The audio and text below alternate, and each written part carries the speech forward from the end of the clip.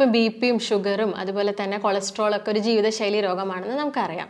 അതുപോലെ തന്നെ തൈറോയ്ഡ് മൂലമുണ്ടാകുന്ന പ്രശ്നങ്ങളും ഒരു ജീവിതശൈലി രോഗമായിട്ട് മാറിക്കൊണ്ടിരിക്കുകയാണ്. ഇപ്പോൾ തൈറോയ്ഡ് ഗ്രന്ഥിയുടെ പ്രവർത്തനം കൂടിയാലും കുറഞ്ഞാലും അതുപോലെ തന്നെ തൈറോയ്ഡ് ഗ്രന്ഥിയുടെ സൈസിൽ ഉണ്ടാകുന്ന വ്യത്യാസങ്ങൾ കൊണ്ടൊക്കെ അസുഖങ്ങൾ ഉണ്ടാവാറുണ്ട്. അപ്പോൾ നമുക്ക് കുറച്ച് കൂടുതലായിട്ട് തൈറോയ്ഡ് ഗ്രന്ഥിയെക്കുറിച്ചിട്ടും അതുമൂലം ഉണ്ടാകുന്ന പ്രശ്നങ്ങളെക്കുറിച്ചിട്ടും നോക്കാം.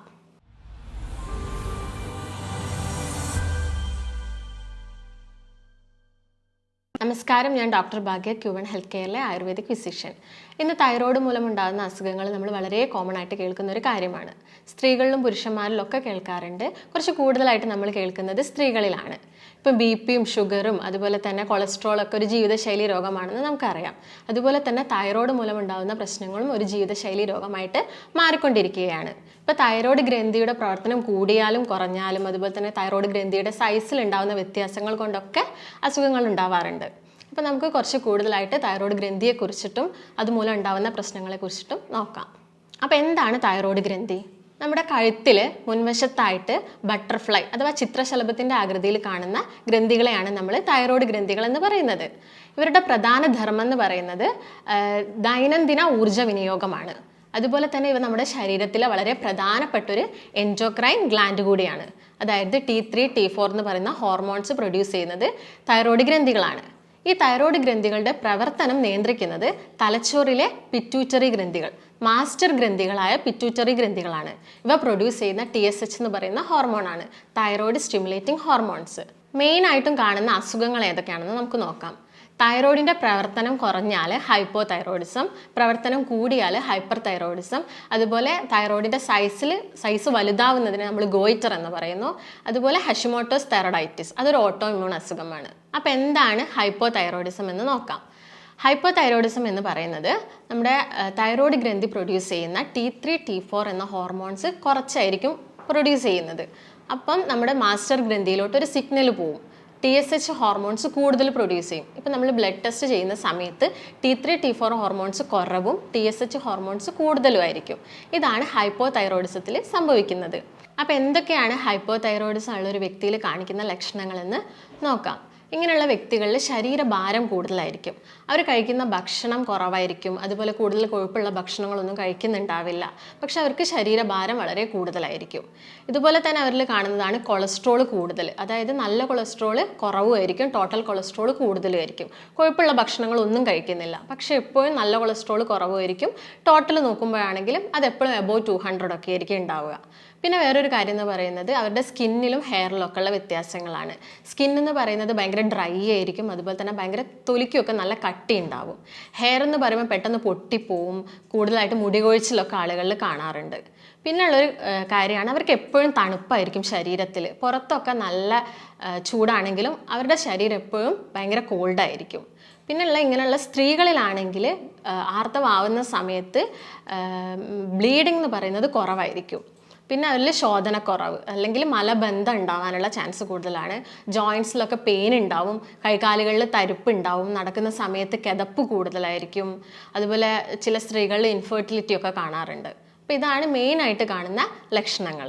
ഹൈപ്പർ തൈറോയിഡിസം നോക്കുകയാണെങ്കിൽ ഇവിടെ കൂടുതലായിട്ടും T3, T4 ഹോർമോൺസ് പ്രൊഡ്യൂസ് ചെയ്യും. അതായത് തൈറോയ്ഡ് ഗ്രന്ഥിയുടെ പ്രവർത്തനം കൂടുതലായിരിക്കും. അതിനെ നമ്മൾ തൈറോടോക്സിക്കോസിസ് എന്നും അതുപോലെ തന്നെ ഗ്രേവ്സ് ഡിസീസ് എന്നും പറയാറുണ്ട്. ഈ സമയത്ത് പിറ്റ്യൂട്ടറി ഗ്ലാൻഡ്സ് പ്രൊഡ്യൂസ് ചെയ്യുന്ന TSH ഹോർമോൺസ് കുറവായിരിക്കും. ഇപ്പോൾ ബ്ലഡ് ടെസ്റ്റ് ചെയ്യുകയാണെങ്കിൽ TSH കുറവും T3, T4 ഹോർമോൺസ് കൂടുതലായിരിക്കും കാണുന്നത്. ഇതിൽ കാണിക്കുന്ന പ്രധാന ലക്ഷണം എന്ന് പറയുന്നത് തൈറോയിഡിസത്തിൻ്റെ നേരെ ഓപ്പോസിറ്റ് ആയിരിക്കും. അതായത് ഇപ്പോൾ മലബന്ധമായിരിക്കില്ല, ഇതിൽ IBS ആയിരിക്കും കൂടുതലായിട്ടും കാണുന്നത്. അതായത് ലൂസ് മോഷനൊക്കെ ആയിരിക്കും കൂടുതലായിട്ടും കാണുന്നത്. മുടി കൊഴിച്ചിൽ 2 കേസിലും നമ്മൾ കാണാറുണ്ട്. അതുപോലെ തന്നെ ജോയിൻറ്റ് പെയിനും 2 കേസിലും കാണാറുണ്ട്. പിന്നെ ഉള്ളൊരു സംഭവം എന്ന് പറയുന്നത് ടോട്ടൽ കൊളസ്ട്രോൾ കുറവായിരിക്കും. അതുപോലെ തന്നെ നല്ല കൊളസ്ട്രോൾ എന്ന് പറയുന്നത് കൂടുതലായിരിക്കും ഇങ്ങനെയുള്ള ആളുകൾ കാണുന്നത്. പിന്നെ ആർത്തവ സമയത്ത് സ്ത്രീകളിൽ ബ്ലീഡിങ് കൂടുതലായിട്ട് കാണും. അതുപോലെ തന്നെ ഇങ്ങനെയുള്ള ആളുകളിൽ വിശപ്പ് കൂടുതലായിരിക്കും. അവർ കൂടുതലായിട്ട് ഭക്ഷണം കഴിക്കുന്നുണ്ടാവും, പക്ഷേ അവരുടെ ശരീരഭാരം വളരെ കുറവായിരിക്കും. അതുപോലെ ഭയങ്കര ഒരു ഓർമ്മക്കുറവ് പോലത്തെ ഒരു കണ്ടീഷനൊക്കെ ചില ആളുകളിൽ കാണാറുണ്ട്. കൈകളിലൊക്കെ ട്രമേഴ്സ് കാണാറുണ്ട്. ഭയങ്കര ആൻസൈറ്റി ആയിട്ടുള്ളൊരു അവസ്ഥയിലൊക്കെ അവർ പോവാറുണ്ട്. അപ്പോൾ ഇതൊക്കെയാണ് മെയിനായിട്ടും ഹൈപ്പർ തൈറോയിഡിസം ഉള്ളൊരു വ്യക്തിയിൽ കാണിക്കുന്ന ലക്ഷണങ്ങൾ.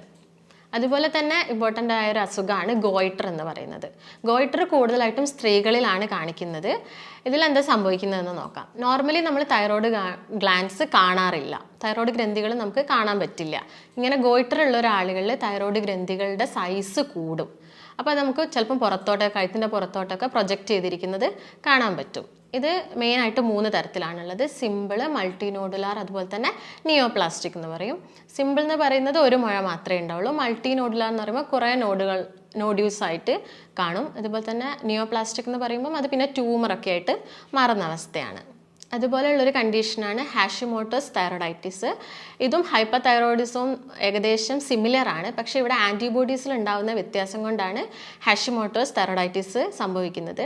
അപ്പം ഹൈപ്പർ തൈറോയിഡിസം ഉള്ളൊരു വ്യക്തി ബ്ലഡ് ടെസ്റ്റ് ചെയ്യുന്ന സമയത്ത് T3, T4 ഹോർമോൺസ് കുറവായിരിക്കും. പക്ഷേ അവർ ആൻറ്റിബോഡി ടെസ്റ്റ് ചെയ്യുന്നില്ല, ഹോർമോൺസിൻ്റെ ലെവൽ മാത്രമേ നോക്കുന്നുള്ളൂ. ആൻറ്റിബോഡീസ് ടെസ്റ്റ് ചെയ്തിട്ടില്ലെങ്കിൽ നമുക്ക് മനസ്സിലാവില്ല അത് ഹൈപ്പോ തൈറോയിഡിസം ആണോ അല്ലെങ്കിൽ ഹാഷിമോട്ടോസ് ആണോ നമുക്ക് മനസ്സിലാക്കാൻ ഭയങ്കര ബുദ്ധിമുട്ടാണ്. അപ്പോൾ എപ്പോഴും ബ്ലഡ് ടെസ്റ്റ് ചെയ്യുന്ന സമയത്ത് നമ്മൾ ആൻറ്റിബോഡി ടെസ്റ്റും കൂടി ചെയ്തിരിക്കണം. അല്ലെങ്കിൽ ഇങ്ങനെയുള്ള ഒരാൾ കുറേ കാലമായിട്ട് ഹൈപ്പോ തൈറോയിഡിസത്തിന് മരുന്ന് കഴിക്കുന്നുണ്ട്, പക്ഷെ അവർക്കത് മാറുന്നില്ല, സിംറ്റംസ് ഒക്കെ സെയിം ആണ് പക്ഷെ മാറുന്നില്ല. അതിനുള്ള കാരണം ചിലപ്പം ആൻറ്റിബോഡീസിലുള്ള വ്യത്യാസമായിരിക്കാം. അപ്പോൾ എന്താണ് ഇതിൻ്റെ പ്രധാനമായിട്ടുള്ളൊരു സങ്കീർണത എന്ന് നോക്കാം, അതായത് കോംപ്ലിക്കേഷൻ എന്താണെന്ന് നോക്കാം. മെയിനായിട്ടും വരുന്നത് സ്ത്രീകളിൽ ഇൻഫെർട്ടിലിറ്റി ആണ്. അതുപോലെ തന്നെ മെൻസ്ട്രേഷൻ്റെ സമയത്ത് ഉണ്ടാകുന്ന ചില തകരാറുകൾ കാരണം ഇത് നമ്മൾ പൂർണ്ണമായിട്ടുള്ളൊരു ചികിത്സ എടുക്കുന്നില്ലെങ്കിൽ അത് പിന്നീട് ഇൻഫെർട്ടിലിറ്റിയിലോട്ടൊക്കെ നയിക്കും. അതുപോലെ തന്നെ ഗോയിറ്റർ ഉള്ള ഒരാളാണെങ്കിൽ ചിലപ്പം ഈ മുഴകൾ നമ്മുടെ ശ്വാസനാളങ്ങളിലേക്കോ അല്ലെങ്കിൽ അന്നനാളത്തിലേക്കൊക്കെ വളരാനുള്ള ചാൻസ് ഉണ്ട്. അത് നമ്മൾ ബ്രീത്തിങ് ഡിഫിക്കൽട്ടീസ് ഉണ്ടാവും. അതുപോലെ തന്നെ ഭക്ഷണം കഴിക്കുന്ന സമയത്ത് പ്രശ്നങ്ങളുണ്ടാവും. ആദ്യമൊക്കെ നമുക്കിതൊരു കോസ്മെറ്റിക് ഇഷ്യൂ മാത്രമായിരിക്കും ഈ ഗോയിറ്റർ എന്ന് പറയുന്നത്, പിന്നീട് അത് പല ബുദ്ധിമുട്ടുകളും ഉണ്ടാക്കാറുണ്ട്. ഇനി ചില പ്രധാന കാരണങ്ങൾ, ഈ എല്ലാ അസുഖങ്ങൾക്കും കാരണമാവുന്ന ചില കാരണങ്ങൾ എന്തൊക്കെയാണെന്ന് നമുക്ക് നോക്കാം.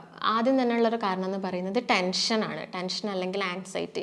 നമുക്ക് എന്തെങ്കിലും മാനസിക പിരിമുറുക്കമൊക്കെ ഉള്ള ഒരാളാണെങ്കിൽ നമ്മുടെ ശരീരത്തിൽ കൂടുതലായിട്ടും അഡ്രിനാലിൻ അഥവാ കോർട്ടിസോൾ എന്ന് പറയുന്ന ഹോർമോൺസ് പ്രൊഡ്യൂസ് ചെയ്യും. ഇത് നമ്മുടെ തൈറോയ്ഡ് ഗ്രന്ഥികൾ സ്റ്റിമുലേറ്റ് ചെയ്യും. അത് ഹോർമോൺസിൻ്റെ പ്രൊഡക്ഷനുള്ള വ്യതിയാനങ്ങൾക്കൊക്കെ കാരണമാവാറുണ്ട്.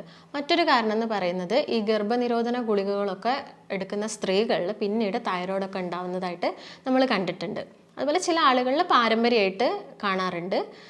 അതുപോലെ കൂടുതലായിട്ട് ബ്രൊക്കോളി, ക്യാബേജ്, കോളിഫ്ലവർ ഒക്കെ എടുക്കുന്ന ആളുകളിൽ ഈ അസുഖം വരാറുണ്ട്. ഇത് മെയിനായിട്ട് ചെയ്യുന്നത് നമ്മുടെ ശരീരത്തിലുള്ള അയഡിനെ വലിച്ചെടുക്കും. അപ്പോൾ അയഡിൻ്റെ ഒരു സാന്നിധ്യം നമ്മുടെ ശരീരത്തിൽ ഇല്ലെങ്കിൽ അല്ലെങ്കിൽ കുറവാകുമ്പോൾ തൈറോയ്ഡ് അസുഖങ്ങൾ വരാനുള്ള ചാൻസ് കൂടുതലാണ്. അതിനുള്ള കാരണം എന്ന് പറയുന്നത് നമ്മുടെ ശരീരത്തിൽ അയഡിൻ ഉപയോഗിച്ചിട്ടാണ് ഈ തൈറോയ്ഡ് ഗ്രന്ഥികൾ ഈ ഹോർമോൺസ് പ്രൊഡ്യൂസ് ചെയ്യുന്നത്. അപ്പം വേണ്ടത്ര അയഡിൻ നമ്മുടെ ശരീരത്തിൽ ഇല്ലെങ്കിൽ അത് പിന്നീട് തൈറോയ്ഡ് അസുഖങ്ങളൊക്കെ ഉണ്ടാക്കാനുള്ള കാരണങ്ങളുണ്ട്.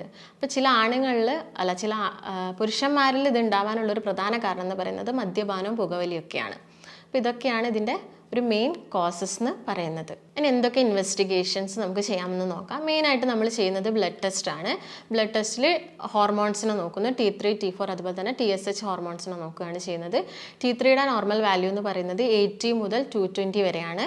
അതിൻ്റെ മുകളിലോട്ടാണെങ്കിൽ നമ്മൾ തൈറോയിഡിൻ്റെ ഗ്രന്ഥിയുടെ പ്രവർത്തനം കൂടുതലാണെന്നും ഹൈപ്പർ തൈറോയിഡിസം ആണെന്നും പറയുന്നു. അത് കുറവാണെങ്കിൽ നമ്മൾ ഹൈപ്പോ തൈറോയിഡിസം ആണെന്ന് പറയുന്നു. അതുപോലെ T4 ഹോർമോൺസ് ആണെങ്കിൽ 75 മുതൽ 155 വരെയാണ്. അതുപോലെ TSH എന്ന് പറയുന്നത് 0.3 മുതൽ 0.4 വരെയാണ്. അതുപോലെ തന്നെ നമ്മൾ ചെയ്യുന്നതാണ് എക്സ്റേ, അതുപോലെ തന്നെ സ്കാനൊക്കെ. ഇപ്പോൾ ഗോയിറ്ററൊക്കെ ആണെങ്കിൽ അത് ഉള്ളിലോട്ട്, നെഞ്ചിൻ കൂടിനുള്ളിലോട്ട് വളർന്നോ എന്നൊക്കെ മനസ്സിലാക്കാൻ നമ്മൾ എക്സ്റേ ഒക്കെ ചെയ്യാറുണ്ട്. പിന്നെ ആൻറ്റിബോഡി ടെസ്റ്റ്, ഹഷിമോട്ടോസിൻ്റെ കേസിലൊക്കെ ആൻറ്റിബോഡീസ് ടെസ്റ്റ് നമ്മൾ ചെയ്യണം. TG അല്ലെങ്കിൽ TPO എന്ന് പറഞ്ഞ ടെസ്റ്റുകളൊക്കെ ചെയ്യാവുന്നതാണ്. ഇനി ശ്രദ്ധിക്കേണ്ട കുറച്ച് കാര്യങ്ങൾ എന്തൊക്കെയാണെന്ന് നോക്കാം. ഇപ്പോൾ മാനസിക പിരിമുറുക്കമുള്ളൊരു വ്യക്തിയൊക്കെ ആണെങ്കിൽ അത് പരമാവധി കുറയ്ക്കുക. അതുപോലെ മദ്യപാനം, പുകവലിയൊക്കെ ഉണ്ടെങ്കിൽ അതും മാക്സിമം കുറയ്ക്കുക. പിന്നെ ഫൈബേഴ്സ് കൂടുതലുള്ള ഭക്ഷണങ്ങളൊന്നും അധികം കഴിക്കാണ്ട് വെക്കുക, അതൊന്നും തൈറോയിഡിന് അത്ര നല്ലതല്ല. അതുപോലെ തന്നെ ഈ ബ്രൊക്കോളി, ക്യാബേജ്, കോളിഫ്ലവർ ഇവയുടെ ഉപയോഗമൊക്കെ പരമാവധി കുറയ്ക്കാൻ ശ്രദ്ധിക്കുക. പിന്നെ ഡയറി പ്രൊഡക്ട്സ് കുറയ്ക്കുക, അതുപോലെ തന്നെ സോയ പ്രൊഡക്ട്സ് കുറയ്ക്കുക. അതുപോലെ ഗ്ലൂട്ടൻ അടങ്ങിയ ചപ്പാത്തി, റസ്ക്, ബിസ്ക്കറ്റ്, ഇവയൊക്കെ പൂർണ്ണമായിട്ട് ഒഴിവാക്കാൻ ശ്രദ്ധിക്കുക. അതുപോലെ നിലക്കടല, റിഫൈൻഡ് ഷുഗേഴ്സായ പഞ്ചസാര, ശർക്കര, തേന് ഇവയൊക്കെ പരമാവധി ഭക്ഷണത്തിൽ കുറച്ച് കൊണ്ടുവരിക. ധാരാളമായിട്ട് നമ്മൾ ഉൾപ്പെടുത്തേണ്ട ഭക്ഷണങ്ങൾ എന്തൊക്കെയാണെന്ന് നമുക്ക് നോക്കാം. മെയിനായിട്ട് നമുക്ക് കടൽ മത്സ്യം ഉൾപ്പെടുത്താം. ഒരാഴ്ചയിൽ ഒരു 3 തവണയൊക്കെ കടൽ മത്സ്യം കഴിക്കാം. അതോടൊപ്പം തന്നെ ബെറീസ്, ഫ്രൂട്ടായ ബ്ലൂബെറീസും സ്ട്രോബെറീസും ഒക്കെ കഴിക്കാം. ഓറഞ്ച് കഴിക്കാം. ബീട്രൂട്ട്, ക്യാരറ്റ് ഇങ്ങനെയുള്ള വെജിറ്റബിൾസൊക്കെ നമുക്ക് ഉൾപ്പെടുത്താം. പിന്നെ കൂടുതലായിട്ട് നമ്മൾ ഇപ്പോൾ ഷെൽ ഫിഷൊക്കെ കഴിക്കുകയാണെങ്കിൽ തന്നെ ലിമിറ്റ് ചെയ്തിട്ട് ഒരു വീക്കിലി 2 or 3 ടൈംസ് മാത്രം കഴിക്കാൻ ശ്രദ്ധിക്കുക. പിന്നെ കോൺസ്റ്റിപ്പേഷൻ ഉള്ള ഒരു വ്യക്തിയാണെങ്കിൽ ഒരു വെള്ളം 8 മുതൽ 10 ഗ്ലാസ് വരെ വെള്ളം കുടിക്കുക. അതുപോലെ ഇപ്പം ഹൈപ്പോതൈറോയിഡിസത്തിൻ്റെ കേസിൽ തടിയൊക്കെ ഉള്ള ആളുകളാണെങ്കിൽ വ്യായാമം ചെയ്യാൻ ശ്രദ്ധിക്കുക. അതുപോലെ ദിവസം ഒരു 45 മിനിറ്റ്സ് ഒക്കെ വ്യായാമം ചെയ്യുക. അതോടൊപ്പം തന്നെ നന്നായിട്ട് ഉറങ്ങുക. ഇതൊക്കെ ചെയ്യുകയാണെങ്കിൽ നിങ്ങൾക്ക് തൈറോയിഡ് മൂലം ഉണ്ടാകുന്ന പ്രശ്നങ്ങൾ ഒരു പരിധിവരെ കുറയ്ക്കാൻ പറ്റുന്നതായിരിക്കും. അപ്പോൾ ഇത്തരം പ്രശ്നങ്ങളൊക്കെ ആയിട്ട് ഒരാൾ നമ്മുടെ ക്ലിനിക്കിൽ വരികയാണെങ്കിൽ നമ്മൾ പൂർണ്ണമായിട്ട് ആ വ്യക്തിനെ അനാലിസിസ് ചെയ്തിട്ട് വേണ്ട ലാബ് ടെസ്റ്റുകളൊക്കെ നിർദ്ദേശിച്ച് ഒരു ഡയറ്റ് പ്ലാനും കൊടുക്കും. അതോടൊപ്പം തന്നെ ആയുർവേദിക് മെഡിക്കേഷൻസും നൽകുന്നതാണ്. അപ്പോൾ നിങ്ങൾക്ക് എന്തെങ്കിലും സംശയങ്ങളോ കാര്യങ്ങളോ ഉണ്ടെങ്കിൽ താഴെ കാണുന്ന നമ്പറുമായിട്ട് ബന്ധപ്പെടുക.